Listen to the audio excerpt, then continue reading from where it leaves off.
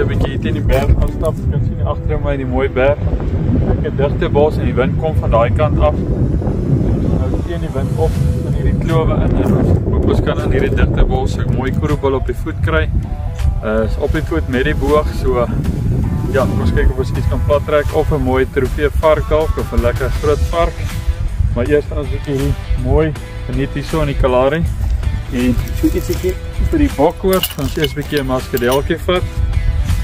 Net so vir, hulle sê net so katspoeg vir daai bokkoors.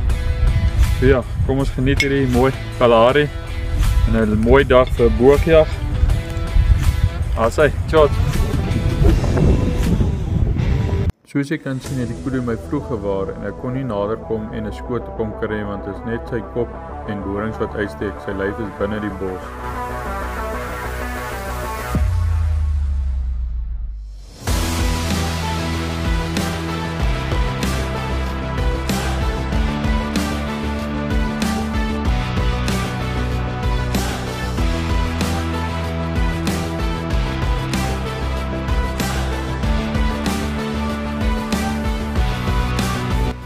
Soos jy kan sien het ek die gensbokke onkant betrap en op 30 meter toe gewaar een my en stop en toe ek die skoot vat moes ek 'n tak of iets gevang het, so ek het die bok misgeskiet na 'n hele dag se stap.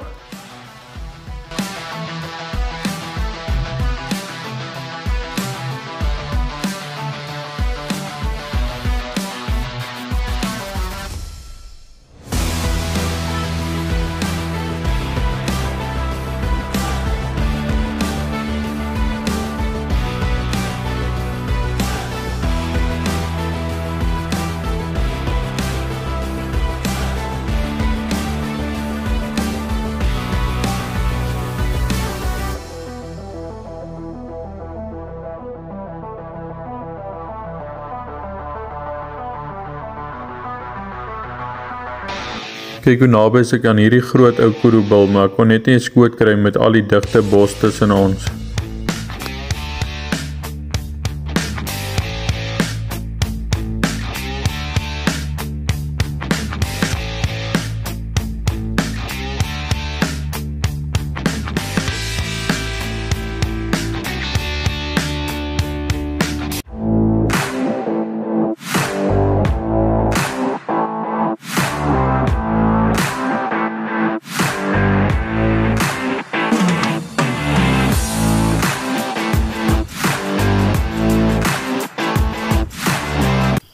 Na 'n harde dag se stap in die mooi Kalahari, vat ons eers 'n mooi, lekker sundowner, 'n lekker maskedeltjie en waardeer hierdie mooi Kalahari se sonsondergang.